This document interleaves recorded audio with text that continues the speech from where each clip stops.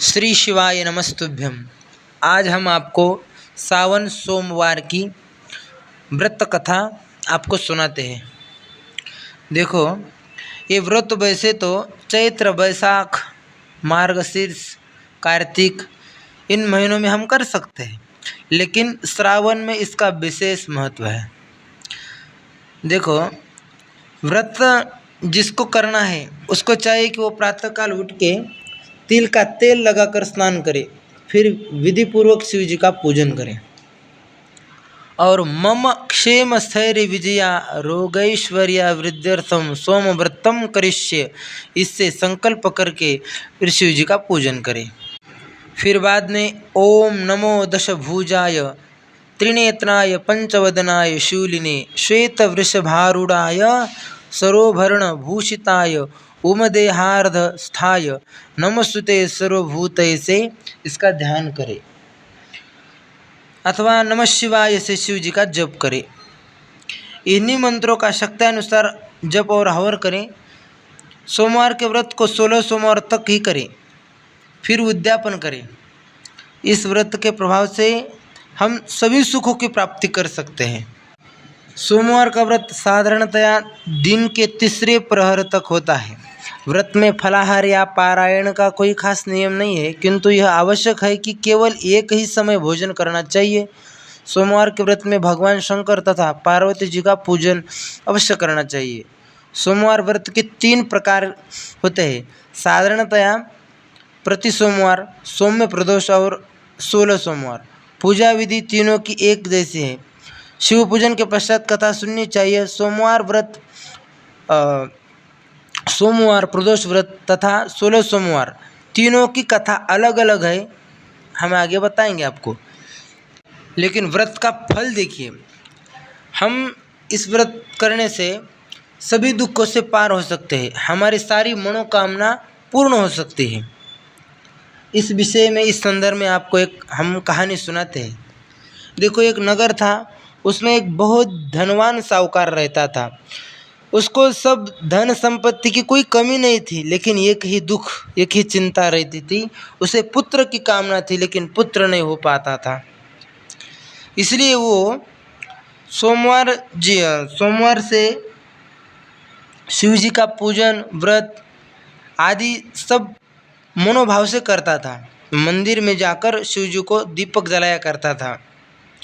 उसका भक्तिभाव देखकर एक दिन पार्वती माता शिव जी से बोलने लगी कि हे नाथ, यह साहूकार आपका अनन्य भक्त है, इसकी जो इच्छा है वह आप पूर्ण क्यों नहीं करते? इसकी मनोकामना आपको पूर्ण करनी ही चाहिए। तब शिव जी बोले, हे पार्वती, यह संसार एक कर्म क्षेत्र है। किसान खेत में जैसा बीज बोता है वैसे ही फसल काटता है, उसी तरह मनुष्य इस संसार में जैसा कर्म करता है वैसा ही फल भोगता है। माता पार्वती ने अत्यंत आग्रह से कहा, महाराज, जब यह आपका अनन्य भक्त है तो आपको इसको कुछ ना कुछ देना ही पड़ेगा, आपको इसका दुख दूर करना ही पड़ेगा। तो इस आग्रह को सुनकर शिव जी बोलने लगे, मैं इसको पुत्र देता हूँ, लेकिन वो पुत्र, उसकी आयु सिर्फ 12 वर्ष तक ही रहेगी। इसके पश्चात उसकी मृत्यु हो जाएगी। इससे अधिक मैं इसके लिए कुछ नहीं कर सकता।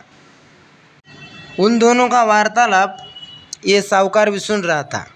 यह सुनकर साहूकार को न तो खुशी हुई और न तो दुख हुआ। कुछ समय बाद उसकी स्त्री गर्भवती हुई और एक सुंदर पुत्र को उसने जन्म दिया, और अभी सगे संबंधी सब खुशियां मनाने लगे। लेकिन साहूकार को यह बात पता थी कि 12 वर्ष के बाद ये पुत्र मृत्यु को प्राप्त हो जाएगा, लेकिन इसलिए उसको इतनी प्रसन्नता नहीं हुई। लेकिन उसने यह भेद किसी के सामने प्रकट नहीं किया। जब वो धीरे धीरे बड़ा होने लगा, 11 वर्ष का हुआ, तो माता बोलने लगी, इसका अब विवाह करना चाहिए। तो साहूकार बोले, नहीं, अभी इसका विवाह नहीं करेंगे, पहले इसको हम खूब पढ़ाएंगे और इसके लिए हम उसको काशी भेज रहे हैं। एक दिन उस लड़के के मामा को बुलाकर उन्होंने एक निर्णय ले लिया कि अब इसको काशी में हमें पढ़ाना चाहिए। साहूकार ने मामा से कहा तुम इसको लेकर काशी में जाओ और जाते जाते बीच बीच में जिस भी स्थान पर रुकोगे वहाँ यज्ञ करो और ब्राह्मणों को भोजन कराते कराते उनको दक्षिणा देते देते जाओ। दोनों मामा भांजे निकले, यज्ञ करते करते निकले और रास्ते में एक सुंदर सा शहर पड़ा। उस शहर में एक राजा की कन्या का विवाह था, परंतु जो राजकुमार विवाह करने के लिए आया था वह एक आँख से काना था। और राजकुमार जी के पिताजी को तो चिंता हुई कि इसका पता जब चलेगा राजकुमारी को कि यह काना है तो ये राजकुमारी भी मना कर देगी और उसके माता पिता भी मना कर देंगे, ये तो अब अड़चन हो गई। ऐसे विचार करते करते सामने उस साहूकार का अति सुंदर लड़का देखा तो मन में विचार किया कि क्यों न हम इस लड़के को ही दूल्हे के कपड़े पहनाए थे। उस लड़के को मामा जो थे उसके पास ये राजकुमार के पिता गए और बोले, आपका जो सुंदर लड़का है उसको घोड़े पे बैठाना है राजकुमार की जगह। वो सब बात बता दी। मामा भी राजी हो गए, हमें क्या करना है, इसलिए कुछ प्रयोजन ही नहीं है तो बैठा दे बोले। फिर उस साहूकार के लड़के को कपड़े पहनाए और घोड़ी पर बैठाकर कन्या के द्वार पर ले गए। सभी कार्य प्रसन्नता से पूर्ण हो गए। फिर राजकुमार जी के पिताजी ने सोचा कि यदि विवाह कार्य भी इस लड़के से ही कराया जाए तो बुराई क्या है, अच्छा ही तो है। ऐसा विचार करके लड़के और उसके मामा ने कहा, यदि आप फेरों और कन्यादान के काम को भी करा देते हैं तो आपकी बड़ी कृपा होगी। बोले ठीक है। और फिर विवाह कार्य भी अच्छी तरह से संपन्न हो गया। अब सेठ का पुत्र जिस समय जाने लगा तो उसने राजकुमारी जी के हाथ में एक चिट्ठी लिखी और हाथ में दे दी और बोला, चिट्ठी में लिखा था कि तेरा विवाह मेरे साथ हुआ है, परंतु जिस राजकुमार के साथ तुम जाने वाली हो वह राजकुमार एक आँख से काना है और मैं तो अब काशी को पढ़ने जा रहा हूँ, तुम तुम्हारा देख लेना।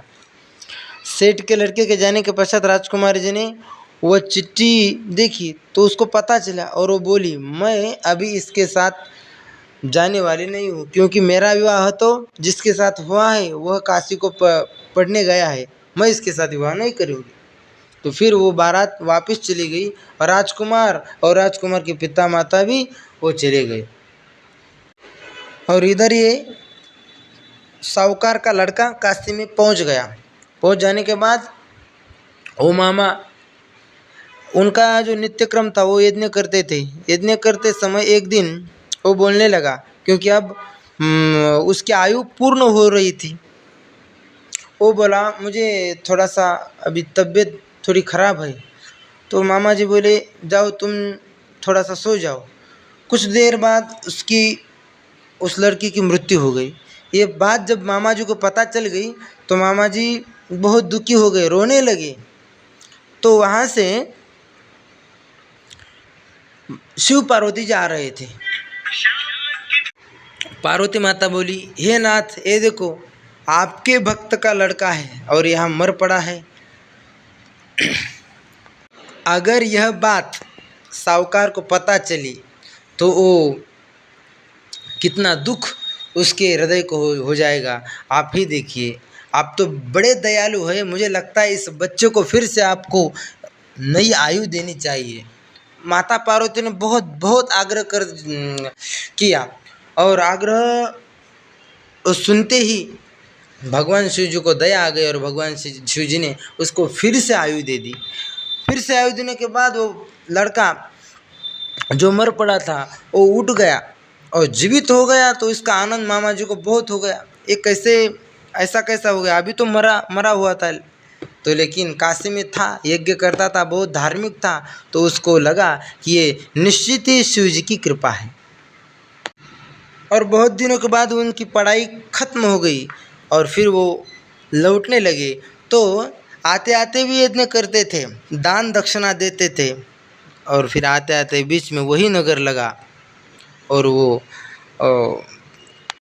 राजकुमारी के पिता ने उनको देखा, अरे और राजकुमार ने भी देखा। राजकुमारी बोली यही वो लड़का है जिसके साथ मेरा विवाह हुआ था।